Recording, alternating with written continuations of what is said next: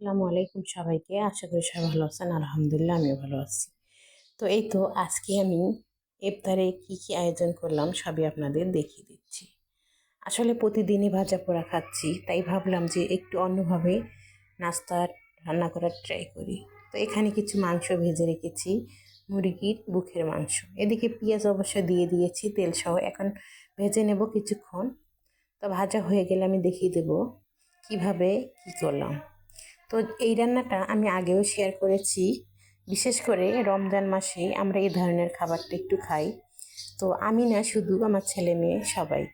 আর এটা অল্প হলেও হয়ে যায় ঘরের সবার।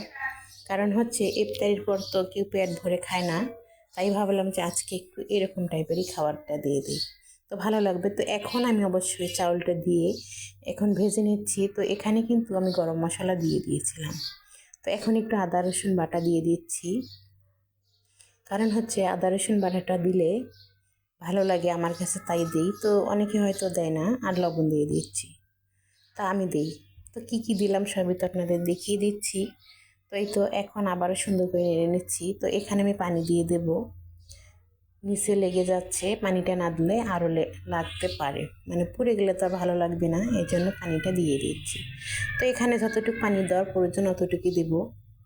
দেওয়ার পরে এই যে মাংসটা এখানে দিয়ে দিলাম, ভাজা মাংসটা। কারণ এই মাংসটা না দিলে হয়তো আমার ছেলে খেত না, এই জন্য আর কি ওর জন্যে মাংসটা দেওয়া। সঙ্গে এক বাটি ছোলা বুট দিয়ে দিয়েছি সিদ্ধ করে। তো এখানে একটু বিরিয়ানির মশলা ছিল, অতটুকু অল্প ছিল, 2-3 চামচের মতো, গুঁড়াটা দিয়ে দিচ্ছি। তো এই যে হচ্ছে বিরিয়ানির মশলার প্যাকেটটা দেখিয়ে দিচ্ছি আপনাদেরকে। হয়তো আবার অনেকজন বলবেন যে মিথ্যা কথা বলছে, না এটাই। তো আগের দিনে রান্না করেছিলাম, মশলা বাছার পরে আমি সুন্দর করে রেখে দিই নষ্ট না করে, তো ওটাই আজকে কাজে লাগাইছি। তো এই তো এখন পানি দিয়ে জাল করে নেব কিছুক্ষণ। জাল করা হয়ে গেলে আপনাদের দেখিয়ে দেবো কত সুন্দর হয়েছে। তো এই তো দেখুন একদম শুকিয়ে গেছে। তো আর একটু দমে রাখবো, বাকিটাও সিদ্ধ হয়ে আর পানিটা শুকিয়ে যাবে, আর ঝরঝরা টাইপের হয়ে গেছে। তো ঝরঝরা জিনিসটা খেতে কিন্তু সবারই ভালো লাগে। এ ধরনের খাবারগুলো ভিজে ভিজে হলে কিন্তু কেউ খেতে চায় না। তো আজকে এটার সঙ্গে আমি স্পেশালি আরেকটা কাজ করছি, মানে খাওয়ার জন্য। তো ওটাও আপনাদেরকে আমি দেখিয়ে দেবো এখানে আরেকটা কী ছিল। সেটা হচ্ছে, এগুলো দিয়ে জানি না কে কী খায়, কিন্তু আমার কাছে মনে হলো রোজা থেকে একটু আলু ভর্তা বানালে ভালো লাগবে। লাল মরিচ দিয়ে বানাই নিয়েছি। আর এদিকে ছিল একটু সালাদ আর একটু ফল খেজুর রেখে দিয়েছি খাবারের জন্য। তো আজকের আমাদের ইফতার এটাই ছিল।